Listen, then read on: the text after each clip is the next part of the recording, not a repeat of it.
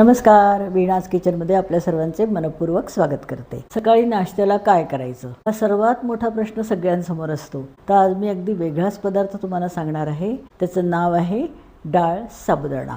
साहित्य आपण बघूया. हा पाऊण वाटी साबुदाणा आहे. तो मी रात्री भिजत टाकला होता. तो चांगला चेपला जातोय असा व्यवस्थित भिजला आहे. ही हरभऱ्याची डाळ आहे, ती पण रात्री भिजत घातली होती. ती आता मी वाटलेली आहे. ती पण पाऊण वाटी आहे. कांदा, 2 चमचे दाण्याचं कूट, लसणीची पेस्ट, मिरचीचा ठेचा, कढीपत्ता, मीठ, साखर, लिंबाचा रस. फोडणीचं साहित्य मी आता तुमच्या समोरच टाकते. यायला थोडंसं तेल जास्त लागतं. तेल टाकूया.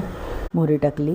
मोहरी चांगली तडतडू देऊया. हिंग टाकते. हळद, कांदा टाकूया. कांदा थोडासा परतून घेऊया. लसणीची पेस्ट टाकते. मिरचीचा ठेचा, कढीपत्ता. आता ही डाळ टाकायची आधी. त्याला आता वाफ आणून घेऊया. चांगली सणसणीत वाफ आणायची. झाकण ठेवते मी. झाकण काढून बघूया. वाफ चांगली आली आहे बघा. आता या स्टेजला ह्याच्यामध्ये हा सर्व साबुदाणा घालायचा, लिंबाचा रस घालायचा, दाण्याचं कूट घालायचं, तिखट, मीठ, साखर सर्व घालायचं. हे छान आता परतून घेऊन थोडंसं खोबरं कोथिंबीर आता मी घालते आतमध्ये अंगात. वरनं घ्यायला पण थोडंसं खोबरं कोथिंबीर ठेवलं आहे.